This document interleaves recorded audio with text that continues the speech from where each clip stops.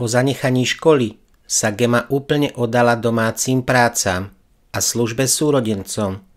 Dbala, aby nič nechýbalo a snažila sa ich viesť k čnostnému životu. Všetky povinnosti si plnila poctivo a najlepšie, ako vedela.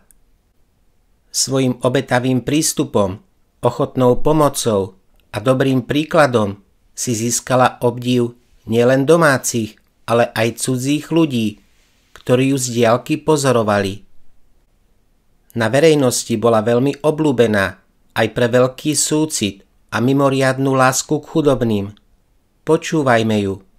Vždy, keď som išla von, pýtala som si od otecka peniaze a keď mi ich niekedy nechcel dať, prosila som ho, aby som mohla vziať chlieb, múku a iné veci. Bola to Božia vôľa, že som stretávala chudobných, lebo 3 alebo 4 ma stretli vždy, keď som išla von. Tým, ktorí prišli k domu, som dávala plátno a všetko, čo som mohla uniesť v rukách. Potom mi to spovedník zakázal robiť. Otecko mi už nedával peniaze. Z domu som už nemohla nič vziať a stále, keď som išla von, sa zdalo, že stretávam len chudobných. Všetci bežali ku mne a ja som im nič nemohla dať. Bola to bolesť, z ktorej som sa často rozplakala, a to bola príčina, prečo som sa rozhodla viac nevychádzať z domu.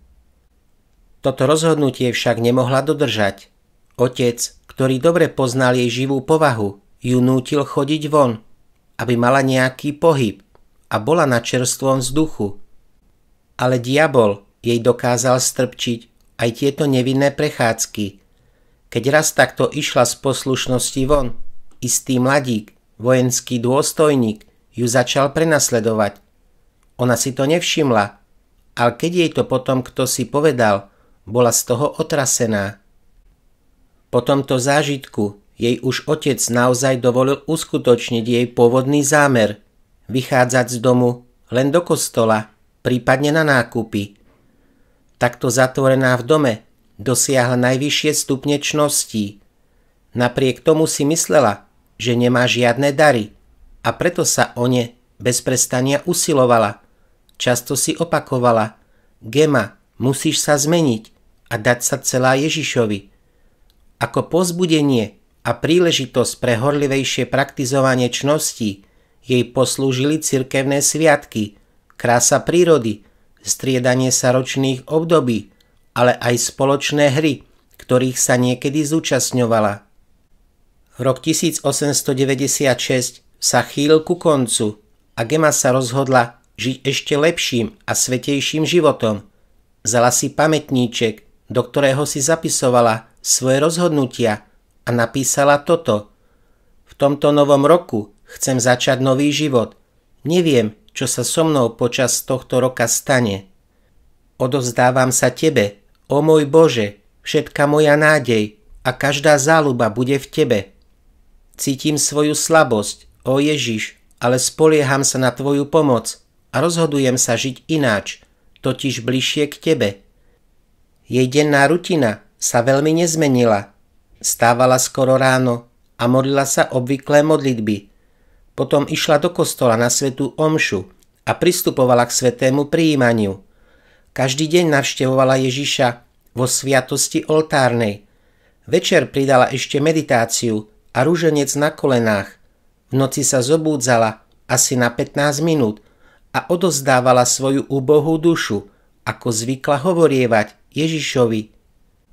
Vieme, že Ježiš sa jej dával pociťovať silnými impulzmi lásky, takže nohami bola síce na zemi, ale myslou a srdcom zostávala v nebeských výšinách. Napriek tomu nikdy nezanedbávala svoje povinnosti, vykonávala ich s najväčšou usilovnosťou a horlivosťou, pretože vedela, ako veľmi tým teší svojho Pána. A on ju za to odmeňoval hojnými milosťami. Na konci roku 1895 dostala od príbuzných zlaté hodinky, kríži a reťazku. Aby urobila darcom radosť, vzala si tieto ozdoby, keď išla von. Ale čo sa nestalo? Keď sa vrátila a dávala si ich dole, zjavil sa jej anjel strážny a s prísnym pohľadom jej povedal: vzácnymi ozdobami, ktoré zdobia nevestu ukrižovaného kráľa, nemôže byť nič iné ako trnie a kríž. Gema si ihneď zložila hodinky aj reťazku a keďže predtým nosila jeden prsteň, zložila aj ten. So slzami v očiach potom povedala: Ó Ježiš, pre tvoju lásku, aby som ťa potešila, sľubujem, že už viac nebudem nosiť a ani hovoriť o veciach, ktoré zaváňajú márnivosťou.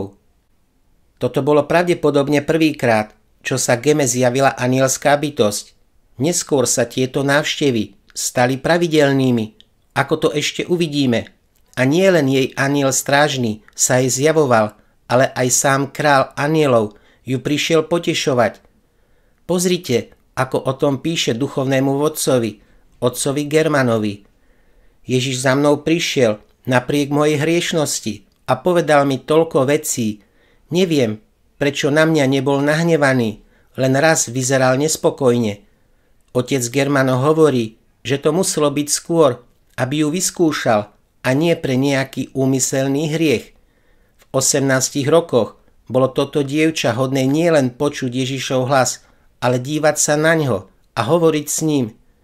Niet divu, prečo pre ňu už tento svet nebol zaujímavý a vrúcne túžila len po nebi. Počúvajme jej slová. Od chvíle, kedy vo mne mamička zbudila túžbu po raji, som po ňom stále túžila a keby to Boh nechal na mne, vybrala by som si zomrieť a odletieť do neba. Vždy, keď som mala horúčku a bola som chorá, dávalo mi to potechu a keď som sa potom uzdravila, zarmútilo ma to. Raz po svetom prijímaní som sa pýtala Ježiša, prečo ma nevezme do raja. Pretože, dieťa moje, odpovedal, dám ti mnoho príležitostí na väčšie zásluhy v tomto živote. Zväčším tvoju túžbu po nebi, zatiaľ čo budeš trpezlivo znášať pozemské bolesti. Jej láska k Bohu stále rástla a čoraz viac túžila po utrpení. V tom čase, v roku 1896, sa vyjadrila: začala som cítiť ďalšiu silnú túžbu, neukojiteľnú dychtivosť po utrpení a po zdieľaní bolesti môjho Spasiteľa. Vo svojich nespočítateľných hriechoch som každý deň prosila Ježiša, aby som mohla trpieť viac. Áno, môj Ježišu, zvykla som sa modliť, túžim trpieť a trpieť veľmi pre teba. Raz sa modlila takto: Ó Ježiš, chcem ťa nasledovať za každú cenu, za cenu každej bolesti. Ohnivo ťa chcem nasledovať. Nie, môj Ježiš, nikdy viac ťa nesklamem vlažnosťou ako doteraz. Nie, neurazím ťa. A inokedy hovorí: v pravde môžem povedať, že od mamkinej smrti neprešiel deň bez toho, že by som niečo netrpela pre Ježiša.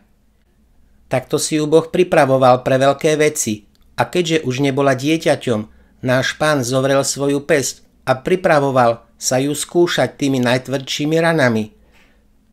Jednou z rán bolo ochorenie nohy, odumieranie chodidla, ktoré jej spôsobovalo neznesiteľné bolesti.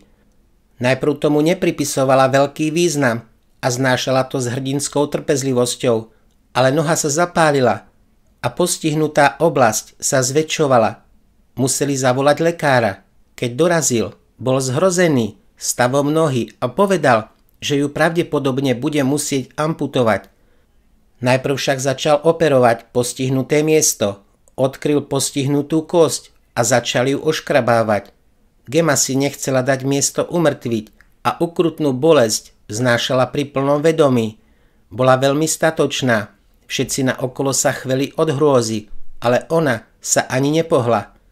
V najbolestivejších okamihoch jej vyklzol mimovoľný, nepatrný ston, ale vďaka uprenému pohľadu na ukrižovaného Ježiša sa hneď upokojila a prosila ho o prepáčenie jej slabosti. Pripomeňme, že mala vtedy 18 rokov. Onedlho prišla ďalšia tvrdá rana a neúprosná skúška.